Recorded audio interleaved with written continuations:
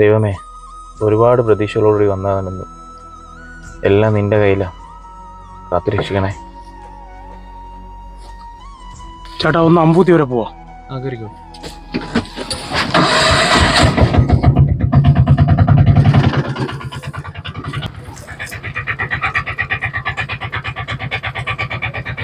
എത്രയായിരുന്നു ചേട്ടാ? 80 രൂപ.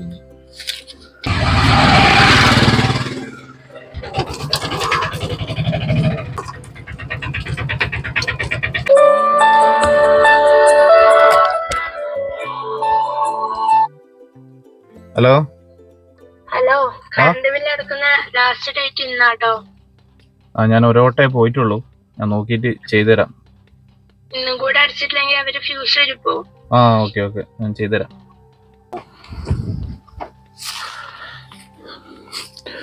അയ്യോ, ഇയാൾ ആ ബാഗ് മറന്നു വെച്ചല്ലോ. ഇനിയിപ്പോൾ ഇത് കൊണ്ട് കൊടുക്കാൻ പോണല്ലോ.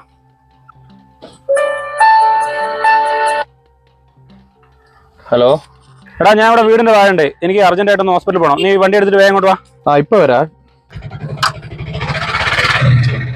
ഓ, എന്താ ഇപ്പൊ ചെയ്യാ? ആ ചെക്കനാണോ പരിചയമില്ല, വേഗം വണ്ടിയിൽ വെച്ച് മറന്നും പോയി. അല്ലേട്ടാ, ബാഗൊക്കെ സൂക്ഷിക്കണ്ടേ? ഇതിപ്പോ ഞാൻ സ്റ്റാൻഡിൽ നിന്ന് കണ്ടതുകൊണ്ട് വേറെ ആരെങ്കിലും എടുത്തു പോയിട്ടുണ്ടോ ഒന്നും അറിയില്ല. പെട്ടെന്ന് ഇറങ്ങി പോയതാ മോനെ. Okay, thank you.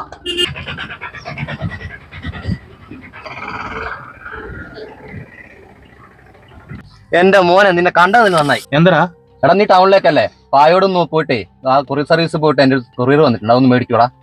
എടാ, ഞാൻ വേറെ ഒരു ഓട്ടോ എടുക്കണ്ടോ, ഹോസ്പിറ്റൽ കേസാ. അപ്പൊ അർജന്റ് പോയിട്ട് ആ ഓട്ടോ ഒന്ന് എടുക്കണം. നിനക്ക് എന്താ അർജന്റ്? നീ ആ സാധനം ഒന്ന് മേടിച്ചോക്ക്. എന്തൊരു കഷ്ട ദൈവമേ.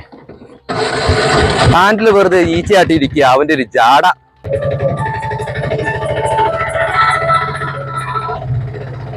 എടാ ചെങ്ങായി, ഒന്ന് ഹോസ്പിറ്റലിൽ പോകാൻ എത്ര നേരമായി നിന്നെ കാത്തിരിക്കുന്നേ? ചേട്ടാ, ഞാൻ വന്നോണ്ടിരിക്കണേ. വേണ്ട, ഇനി നീ വരണ്ട, ഞാൻ വേറെ വണ്ടി വിളിച്ചോളൂ.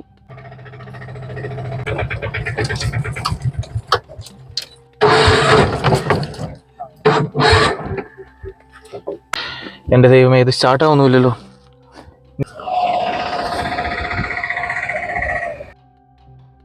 ഒന്ന് നിർത്ത്, ഇവനെ തന്നെ എനിക്ക് കണ്ടേ. എടാ, നിന്നെ ഒരു അത്യാവശ്യത്തിന് ഹോസ്പിറ്റലിൽ പോകാനാ വിളിച്ചേ. അന്നേരം എന്താ കാണിക്കുന്നത്? നീക്ക് പിന്നെ വണ്ടി എടുത്തിട്ട് വരുന്നേ? ഒരു ആവശ്യത്തിന് വിളിക്കുമ്പോൾ ഇങ്ങനെ പരിപാടി കാണിക്കരുത് കേട്ടോ. അല്ലേട്ടാ, വണ്ടി കംപ്ലൈന്റ് ആയിപ്പോയി, അതുകൊണ്ടാ.